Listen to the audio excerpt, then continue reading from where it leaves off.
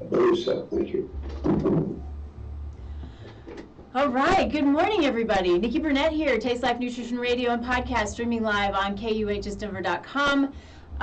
Where, apologies for being a little bit late. Sometimes we have a little technical difficulties, but that's part of being life and part of what makes life exciting, right?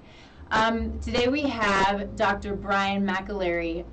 One of the fun things, and Dr. McAlery, I said this in my promo video a little while ago, was it's so fun and so interesting when life throws you these little fun curveballs and the people you meet end up being really big people in your life. And I'm really excited to have Dr. McAlery on. And thanks for being here, Dr. McAlery.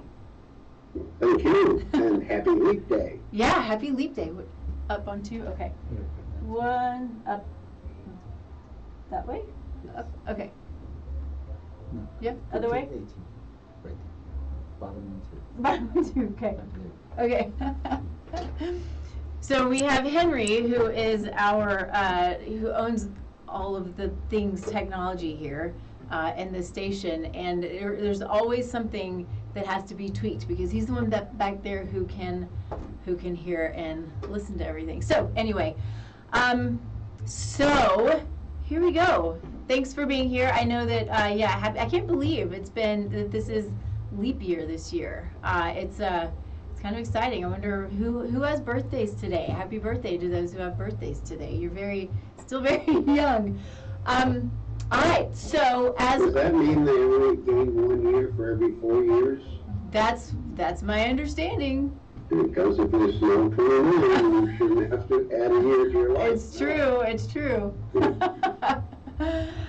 All right, so as always, we start the show with gratitude. Gratitude can change the world. I fully believe that, and I start my days with gratitude. I end my days with gratitude and some prayer. And so, Dr. McAlery, what are you grateful for today? Being here. Yeah, me too. Not only should you take every day for credit, but somewhere along the line, you reach a time of year when you say, I'm not going to do long-term planning anymore. and I've reached that point. Well, we should live each day like it's our last, right? No matter what age we are. It's always prudent, but when you're young, you just don't think that way. Yeah. That's very true. Very true.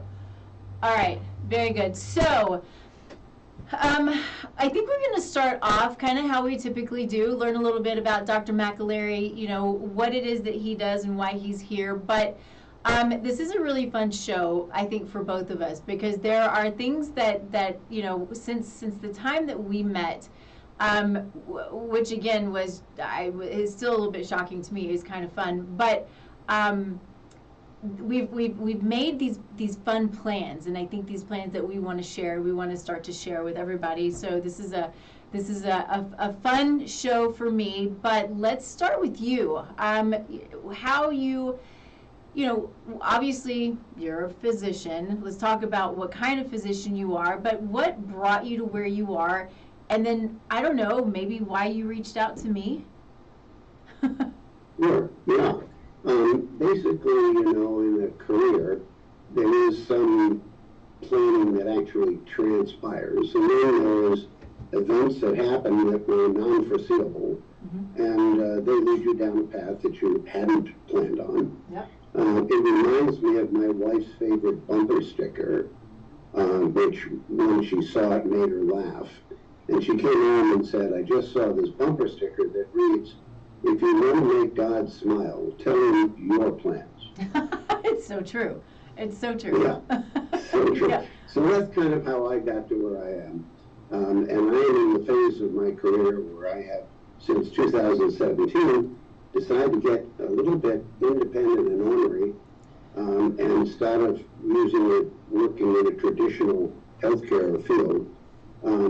Started working in locum tenens, which, as some of you might know, is basically a Latin phrase for plugging in where people need it. For example, tomorrow I'm going to be in an operating room all day, and that came about with a phone call less than 2 weeks ago saying, oops, we don't have enough people. Can you help us? And fortunately, I was able to, and it's delightful because when you walk into that situation, they're always happy to see you. Because otherwise there would be patients who wouldn't get cared for, and nobody wants that, obviously. Right. So I've done that. The other thing I've done is increase the amount of learning and teaching.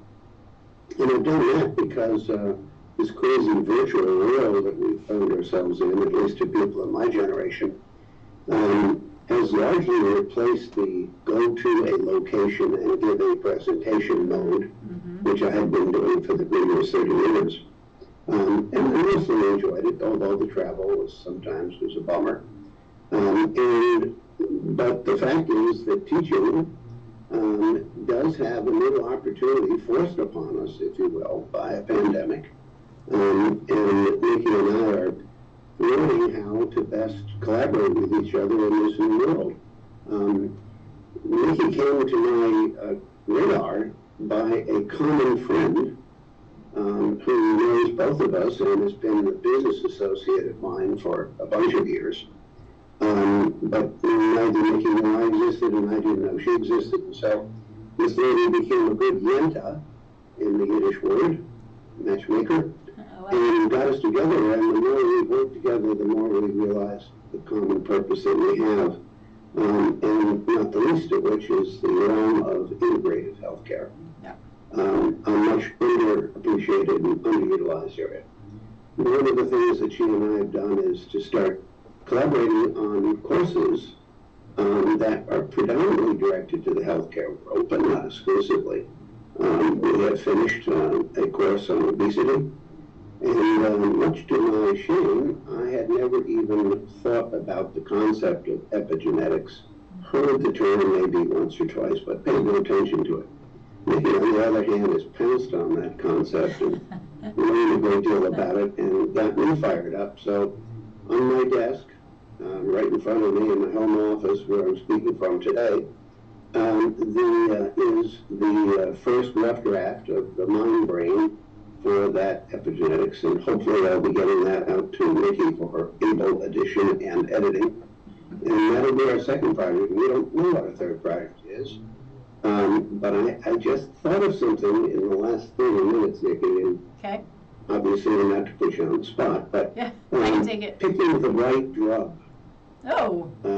Yeah, as you may well appreciate, most drugs come as families of drugs.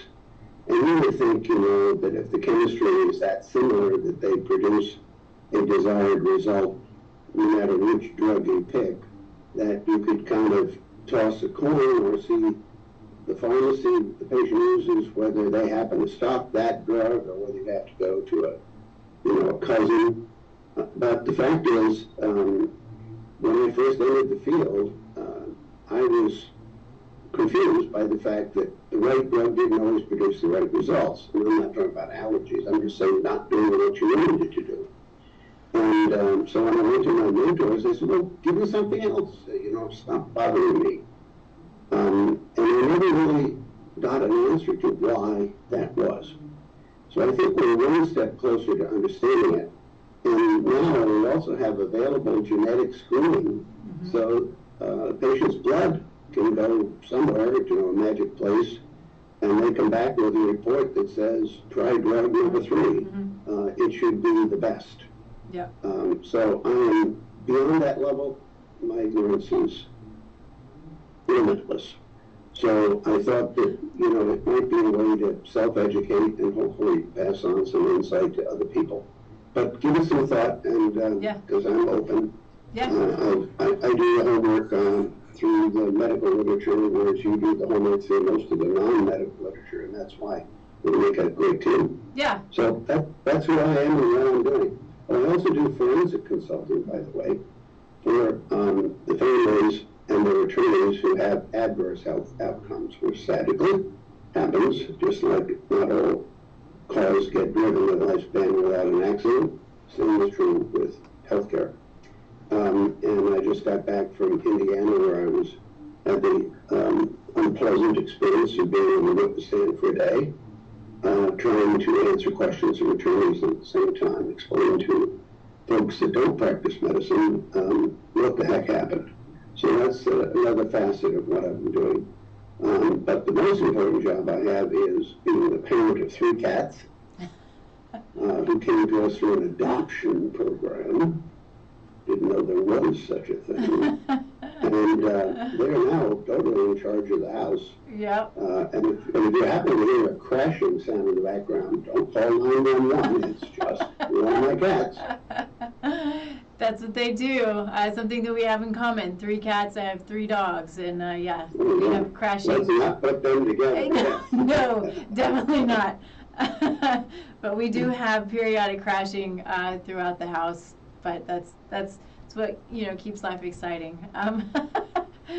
So this is really fun because a little bit from my perspective, our mutual friend who introduced me to Dr. McAlery had asked me to create a continuing medical education course.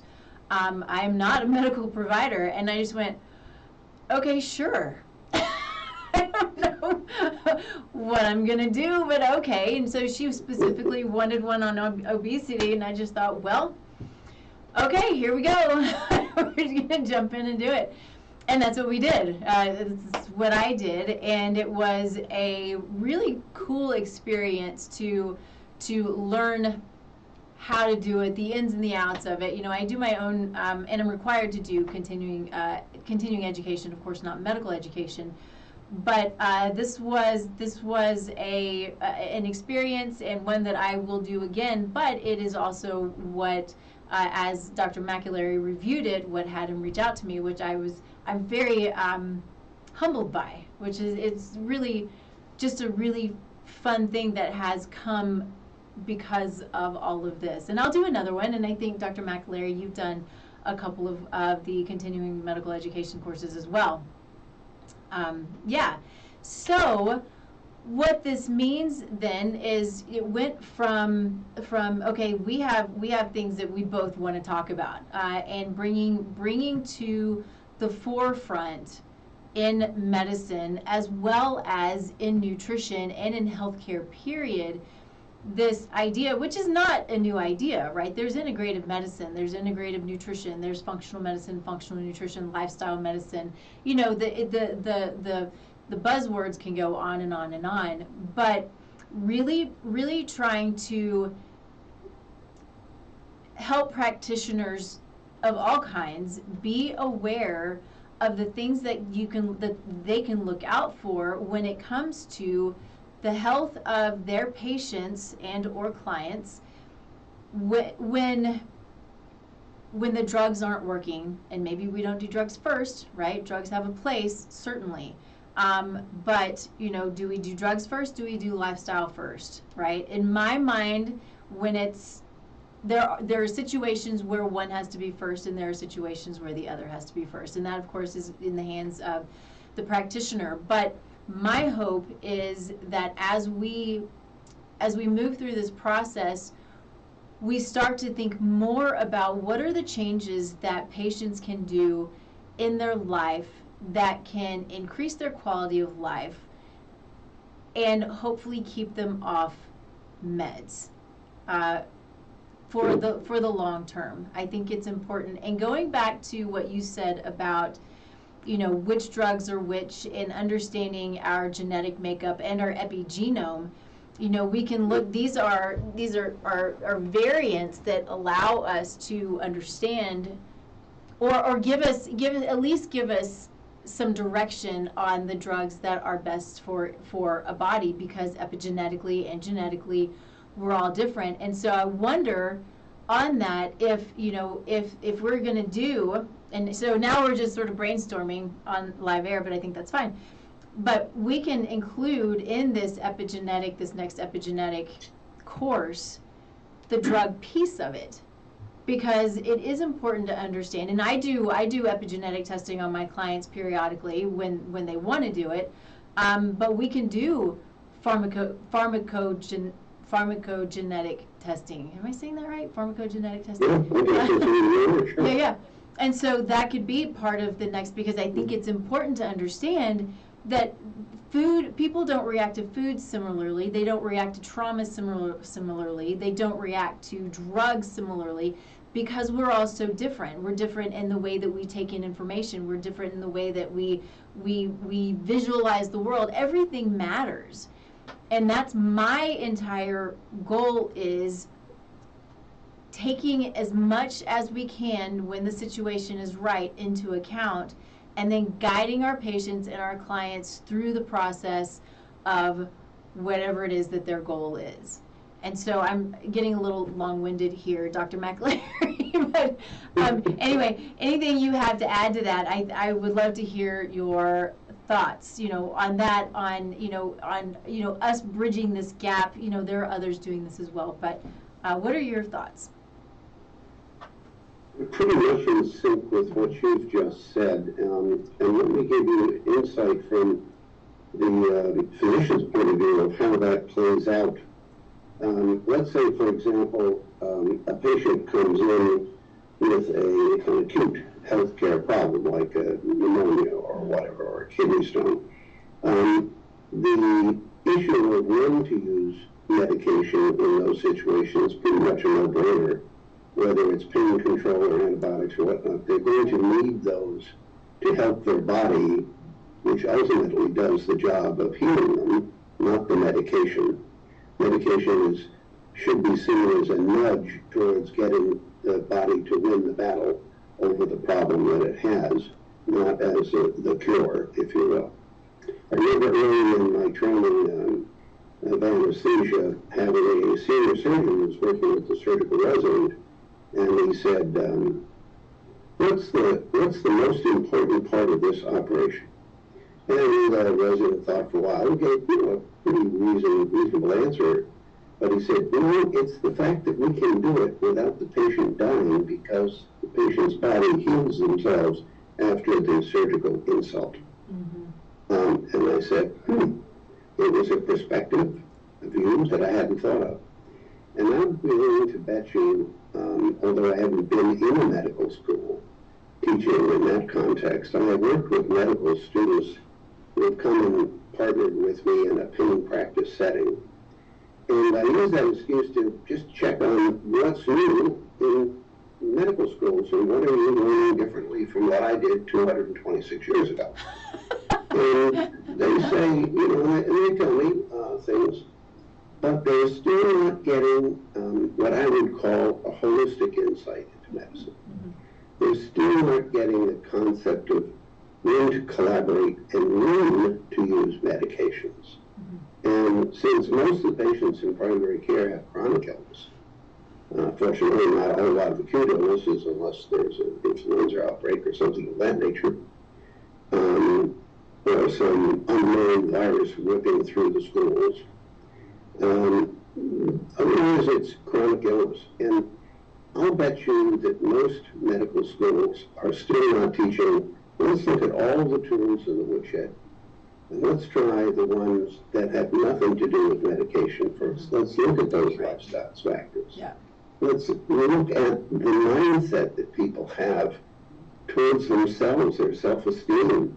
They have a mood disorder that has got them in a funk, or so anxious they can't function well, much less put together a plan that has multifactorial components to it. Mm-hmm. And therefore, or if they do, they make New Year's resolution type of plans that have pie in the sky, almost too good to be true expectations, which don't work, and then they go back to their non-constructive lifestyle factors. We see that pattern all the time. So I couldn't agree more with you, but I just wanted to give you that insight to let you know that it's not as easy as it sounds to put the patient in an empowered situation. They more often than not think themselves as victims of circumstances, and not just a puppet in the workplace, for example, but maybe in a destructive relationship that is influencing their physical health as well as their mental health, affecting their nutrition. Mm-hmm. All of these things play together, and if they're not looked at because people in healthcare aren't trained to think that way, then it's a problem. I have the privilege of working with an independent nurse practitioner and two other nurse practitioners who are technically on the books as a supervising collaborative physician. And I'm pleased to see that that community is showing, I think, some really good insight into the need for integrative healthcare. Mm-hmm. It seems to be a concept that they kind of grew up with through the nursing lineage that I don't see as often applicable in healthcare, particularly when the corporate form of healthcare, which is taking over the country, assigns a minimum number of patients that you have to see today. Mm-hmm. They can even assign a time limit, like you get 15 minutes per patient. Yeah. And I dare anybody, even if they're motivated to be involved in it, to possibly do that patient justice or themselves. So we have a economic and mechanical type of healthcare process that is not helping us do the right job. So when I run across someone like you and, see if we can, through the educational branch of the process, make a difference, then needless to say, I was pretty excited. Yeah, me too. It's this chicken or the egg concept, when, you're talking about anxiety and or depression and then, chronic health or chronic conditions. And there's no way in the world that anybody can spend 15 minutes with someone and start to unravel a lifetime of what has potentially been the contributing factor to what they're dealing with today, or factors, right? Yeah. And so it is frustrating that the power has been taken away from the patient/client. Because, they feel like the power has been taken away because they're struggling, they're not getting the time that they need and the time that they deserve, and they're then often told, well, here, let's just give you an antidepressant, which is not, rarely is that actually the answer, because so many things, the inflammatory process, nutrient deficiencies, the list goes on, that can create this situation of anxiety, depression, mental and emotional issues, let alone physical issues. And so that's so much why I do what I do, because, my first session with my clients is at least 2 hours. Sometimes it's more. But I do that so intentionally because I am working to unravel what has been going on from prior to the day of birth until today when they're coming to see me, because that's my goal. I see myself as a health detective. Everybody has heard me say that before, but that's what I want, and that's what I love to do, is let's start to unravel this a little bit, even if we don't have all of the answers, because rarely do we have all of the answers, but we can start to unravel it, dig, of course, by digging, we're running labs. We're, as you would at your medical clinic, and some are similar and some are different, but, we want to understand as deep as we possibly can what's going on, and we need that time. And so I think that starts to bring the power back to that patient or that client when they start to understand the why behind what they're feeling and what they're experiencing.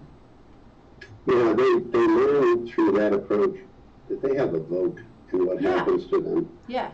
And they have now somebody that is communicating to them that they're not the only person that gives a darn about them, because those 15-minute appointments don't exactly get that message across, no matter how well-meaning the provider is. Yeah. Well, yeah, when their hands are tied, that's the frustrating thing, is their hands are tied. If you are in conventional medical care outside of, concierge and those that are coming up now, which I think are great, but, when your hands are tied and you don't have any choice, that's what you have to do. And it's frustrating. Yeah. Yeah, and the employment experience requires it. Yeah. If you are working in a clinic, in either a hospital or freestanding facility. The administration is there with their magical bean counting tablet, and they're looking at how many folks come through the door, and how many people are seen by each provider, and the pressure is very real. Yeah. I've also had the privilege of working in the naval health system before going into the civilian world. And there, I just grew into the mindset and culture that whatever it took for any given patient, that was the case. If they were in uniform, or if their family was related to them because of their service, then whatever it took. And no one thought twice of it. Whether it was the dollar amount or the time amount or the caring amount, that was just the case. So it was very difficult for me to transition into a civilian world where that priority has been eroded steadily. Yeah. Over the last 30 years, I have seen the transition. And it has made me ask the question, as many healthcare planners at the national level have asked, should we be a nation of single-party payers? And without getting into the politics of that, the virtue is, do we model ourselves after examples that are tested for years in the rest of the world, whether it be the Canadian system to our north, or several systems in Europe, including Sweden and those countries. And the fact is, they've got the data, and there are people who have studied that. And they have found that the cost of healthcare is typically less in that system, where the counterintelligent thought would be that it would cost more because you're giving it away, so to speak. Then the other thing would be, is there any evidence that there's any quality difference? And being a guy who happens to be board certified in healthcare quality management, I can appreciate that literature and recognize that the United States doesn't deserve a deep bow for the quality of healthcare, for example, prenatal care. Our numbers are not as good as most of Europe, for example. And yet it's just as expensive, if not more so. So I think that some of our healthcare inadequacies and the lack of integrative healthcare are in part driven by the payer situation.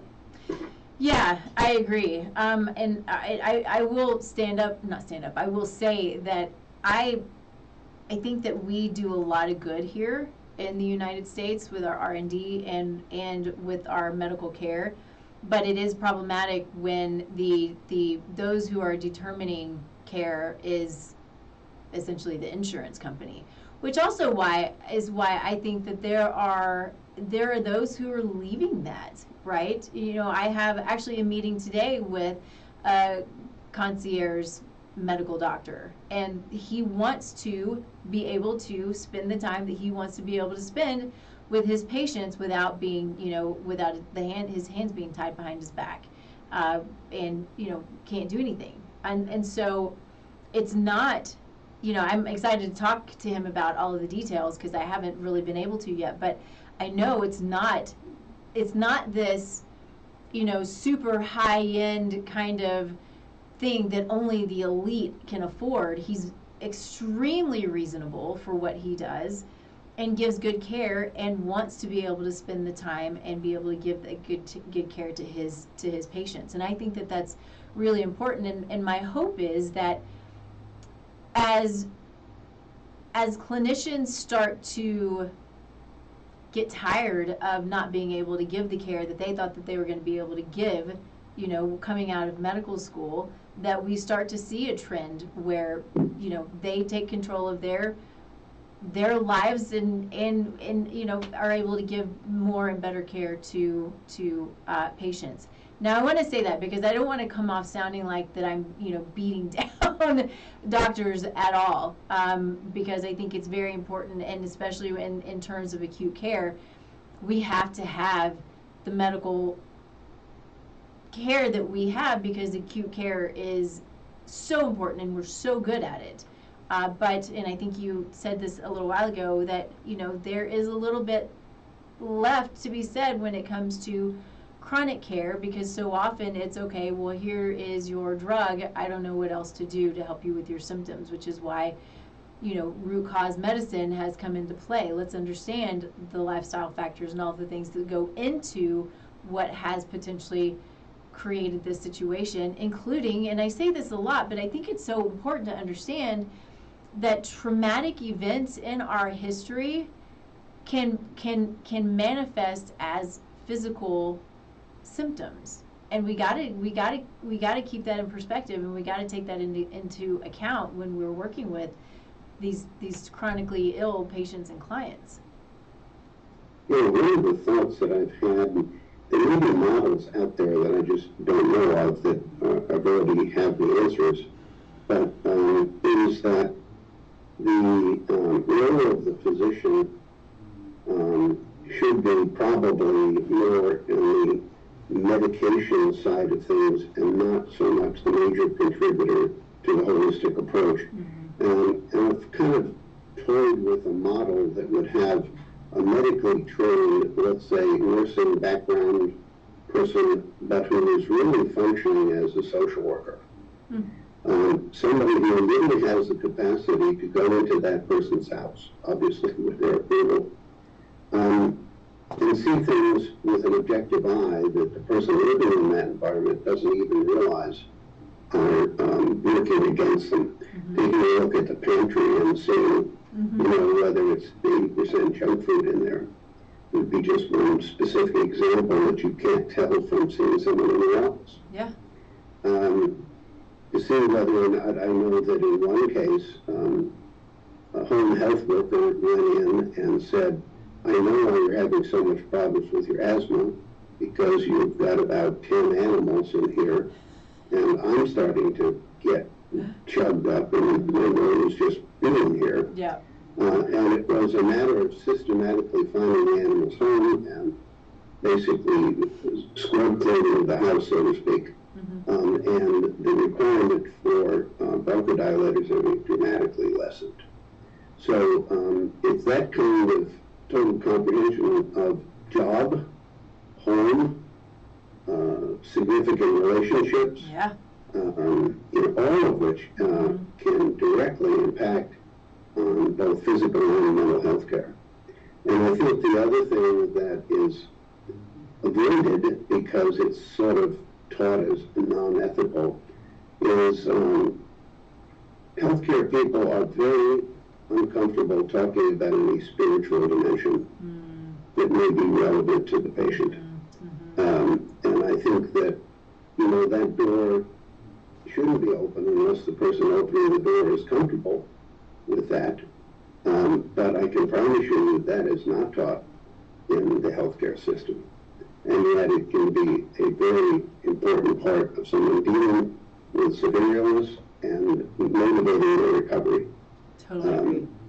Everybody knows that at one level, but it's like taboo to even bring it up as a possible relevance to the patient. I don't understand that. I guess I do, because we're in a place where, I don't know, we're just in a very interesting place. But I think that it's important to bring up, and not everybody is going to, not all patients are going to be, excited about it, because not everybody is a believer in whatever it is that they believe. But I'll tell you, for me personally, it's a huge part of who I am and how I work with my clients. Now, it doesn't mean I'm telling them, I'm reading Bible scripture to them, but, in my intake and as we're moving through the process, especially when we are dealing with difficult situations, which happens, right? It happens a lot. I ask them, do you pray? Do you meditate? Do you take time to sit still? Do you do these things? And, I get all kinds of different answers, and that's totally fine. But putting that in, at the very least, just taking that time to be still and to turn off that constant sympathetic fight or flight place that we're all in all the time, can make such a critical impact on their health. And then go beyond that to true meditation, you know, prayer, Bible study, whatever it is that you want to do, it really can increase chances for them reaching their goals. And I think it's really important. So, yeah, I think that it should be part of, to whatever extent people are comfortable, part of a discussion, because sometimes that's what a patient needs to hear.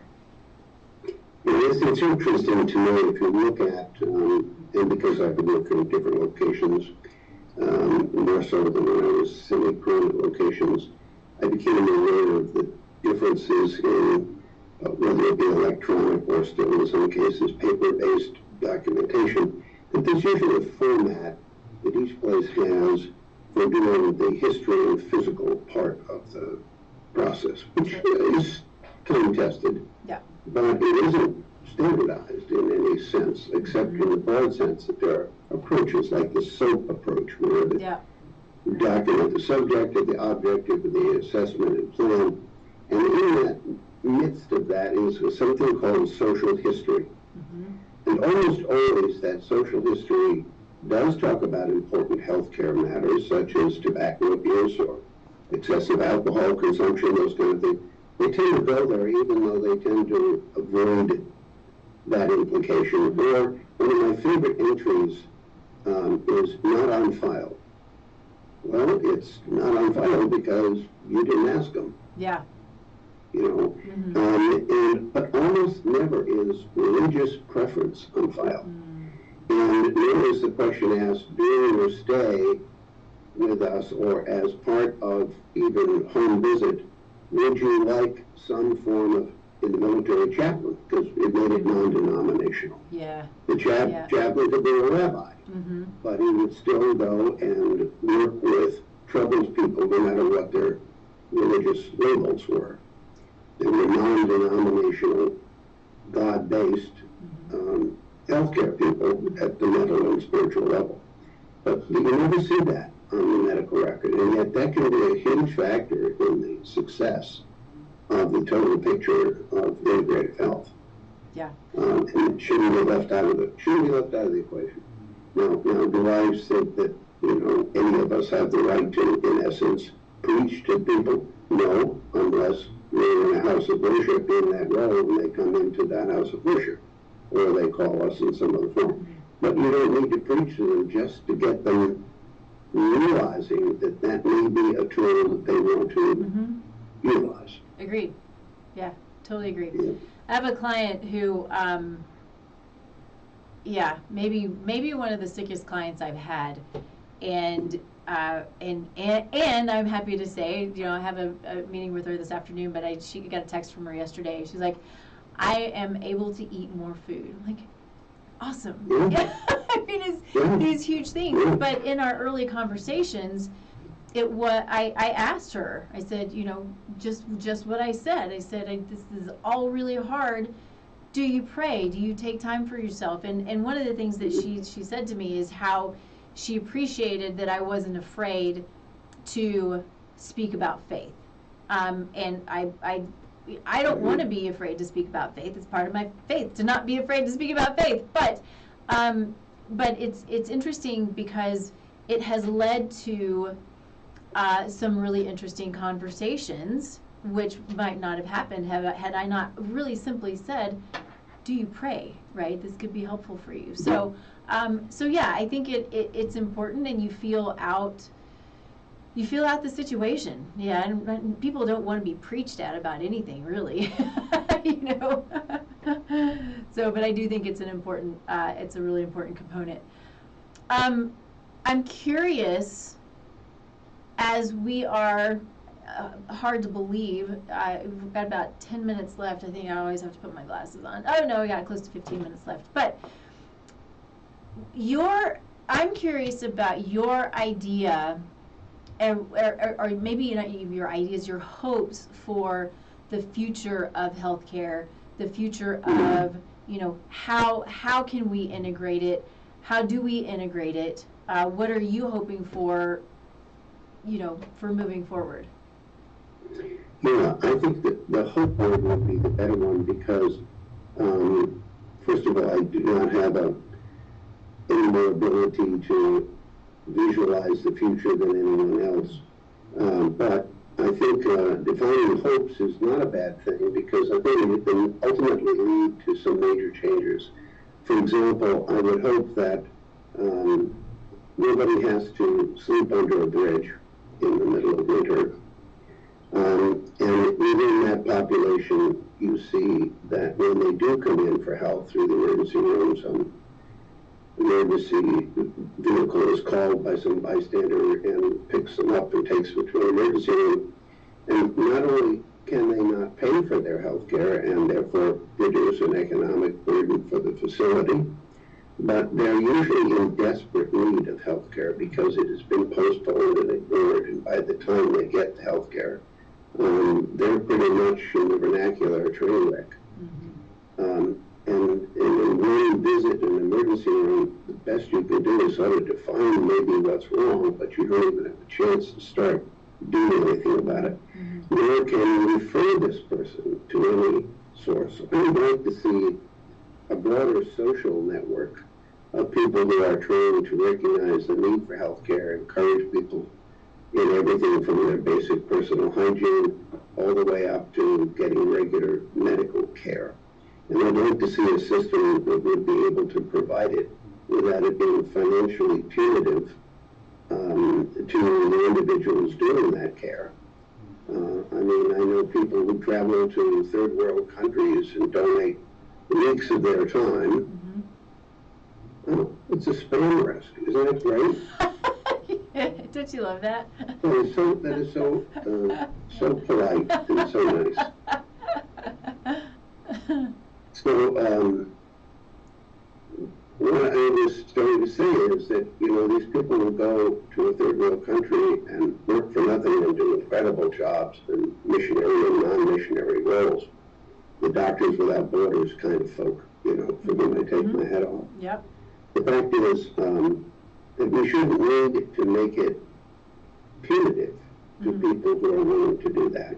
Yep. We should also have a method whereby the business aspect of healthcare gets leaned in. Can't be ignored. I mean, there's a business aspect to everything, including what you and I do. Yep. But the fact is, it shouldn't be the tail that wags the dog. Right. So that would be my primary hope for the future of healthcare. All right. So let's talk about what we're doing. I want to dig into that a little bit. And I know we touched on it early on, but I don't know that I feel like there wasn't a lot of clarity around what we're doing, and I want to just put out there, that our goal in coming together is to hopefully bring this sort of integrated medical lifestyle nutrition approach to, I mean, anybody who will listen. Yeah. Yeah, pretty much. So I'm hoping that people want to listen, but creating these courses, whether they are live, whether they are webinars that are accredited continuing medical education courses, to help guide those who might have questions about this approach. Yes?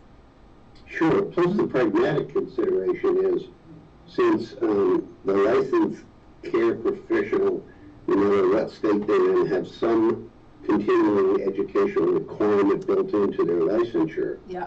If they can find material that qualifies with the state requirements for that category, and do it in a context that is convenient for them, that they don't have to travel across the country and spend a lot of money and expose themselves to all kinds of ugly viruses, and yet get the quality, and more importantly, get the topics relevant to them, not just something that happens to be the interest of an academic person who spent 30 years of their life studying the parathyroid gland. There's a place for that. It's just like there's a place already in the medical equipment world but it doesn't reach out to the broader needs. So if education can be the doorway to providing people what they really want to hear, then so be it. Yeah. When I was doing in-face teaching, all of my topics came from the feedback of the previous meeting that was held with that seminar group or whatever. So people were asked, please write in if you want to learn anything more about each other. And one of the CME things that I did when I was in Chicago was based on that. So when you went there, you know that at least one or more people wanted to know more about X, Y, or Z.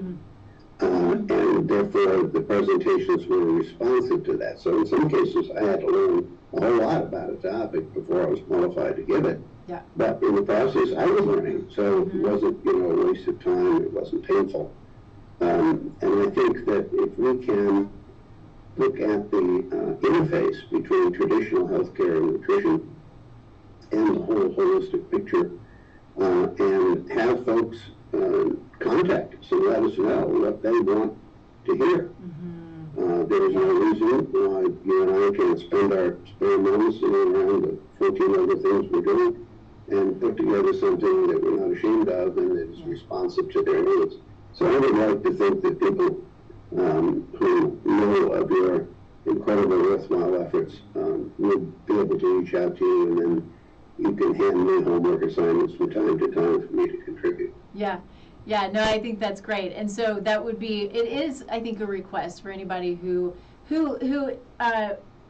is listening, who's watching. Our entire goal is with this project is to bring us together, in our different approaches, but we want it to be relevant, and we want people to give us suggestions. We know what we like. I'm an epigenetic nerd. I'm not an expert at it, but I'm super nerdy about it, and will probably be a part of every presentation because it's relevant to pretty much everything that we do. I mean, that's how we have our power in our own health, is by epigenetics. But what else is there that people want to know and want to hear about? And so, I say this pretty much at the end of every show. I'm here to be a resource. My goal is to be a resource and to give whatever it is that anybody needs. So that's my hope. So reach out to me. We'll also have Dr. McAleary's information in all the post-show notes, but he'll give us his information on how he can be reached, because you do other consultative services. I guess you already talked about that at the beginning, didn't you? We touched on it, but if anybody wants to get a hold of me, the best way to do it is through my office, because, like, for example, tomorrow, I won't even be able to answer my cell phone because I'll be in and out of operating rooms during the day. But if you were to call tomorrow, you would reach an amazing woman called Sue, and she is the person who runs my life and does so at my deep gratitude for doing it. Office number 540-317-5569. That's in good old Central Virginia, where I'm talking to you from now. And we can set up a time to talk and explore just what you have for interests, and or for what you want to collaborate. It could be at the consulting level. I was approached by a person years ago and just was in no position to even explore at the time to assist them with setting up a science-based, holistic-based, nutrition-founded weight loss system, of which there are now multiple available to people, some of which are solid and some of which are just fly-by-night. But the fact is that was something that, had I been in the position I am now, I would have given further thought to it. And I would have obviously dragged Dickie in kicking and screaming because when it came to the nutritional part of it and the counseling part of it, I couldn't find anyone any better. So that's the kind of thing. Just kick around ideas, see what you might want. You may think you want one thing, and I may after listening to you suggest that really what you're looking for is something else, but whatever direction it takes. And the initial phone calls, there's no fee for those. If it turns into a big project that drags on for a while, then we'll have to discuss the economics of it. But at this point, I just want to let you know that it's out there, and I know Nikki would also welcome receiving your calls. She thrives on being of use to people. So let's give her something to do and keep her off the street. Good call. Oh, I love it. I love it. You know, I said this early on, but you know, doing this course, which was a super surprise for me to do it, the CME course that I did, which was, interestingly, about management of, well, it's weight management, right? I think it was a functional approach to weight management. But my whole goal with that, as well as with everything that I do within my own practice, with anybody I collaborate with Dr. McAlery, is really trying to bring in as much as possible in understanding how holistic it is. And that's what I did with this course was, you know, let's understand, you know, and you hit on this a little while ago, but it's, you know, and I talk about it on the show, right? Health is physical, mental, emotional, relational, spiritual, financial.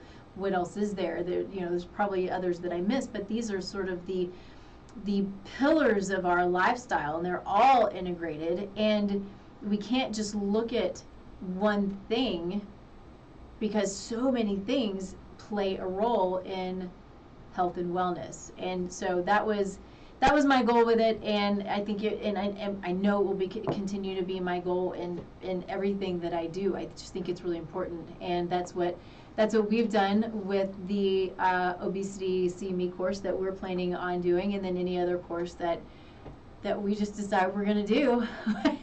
We do. So that's what makes it fun, right?